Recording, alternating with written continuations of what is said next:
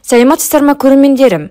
Қалай теріскен шыққанды тез кетіруге болады? Бүгінгі видеом осы сұраққа жауап болмақ. Ал келесі видеом тершеңдік дертке жата ма? Сұрағына жауап іздеп жүрген жандарға жауап болады. Алдымен денсаулыққа пайдалы қызықты видеоларымды өткізіп алмас үшін каналыма тіркеліп, лайк басып қойыңыз.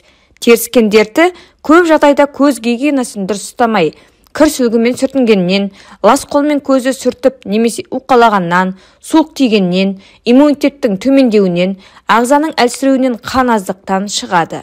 Сондай-ақ ағзаға А, С, В дәрумендерінің жетіспеушілігінен, ауа райының қолайсыздығынан, күннің күрт суымен және шаң тозаңның әсерінен орын алады. Оны төмендегідей халық емімен емдеуге болады. Көзге теріскен шықса, қырмызы календула гүлінің тұнбасы пайдалы.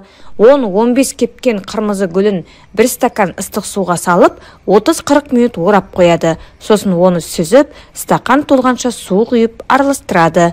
Тұнбадан ауырған көзге компресс тартып, тамшы тамызады. Екінші, алоэның бір жапырағын 1 стакан ыстық суға салып, 6-8 сағат тұндырып сүзеді. Тұнбамен теріскен шыққан көзді сүртеді деп жазады Ауырмаңыз газеті. Алоэның шырынын салқын сумен араластырып та сүртуге болады. Үшінші, лавр жапырағын жарты стакан суға 5 минут тұндырып ішеді. Төртінші, теріскен шыққан көзді 2-3 күн сарымсақпен сүртеді. Тез жазылады. Ал сіз теріскен шыққанда қандай ем қолданасыз? Пікір бөліміне жаза кетіңіз. Бүгінгі видеом осындай. Видео ұнаса лайк басып пікір жазуды және достарыңызбен бөлісуді ұмытпаңыз. Келесі видеоға дейін сау болыңыздар.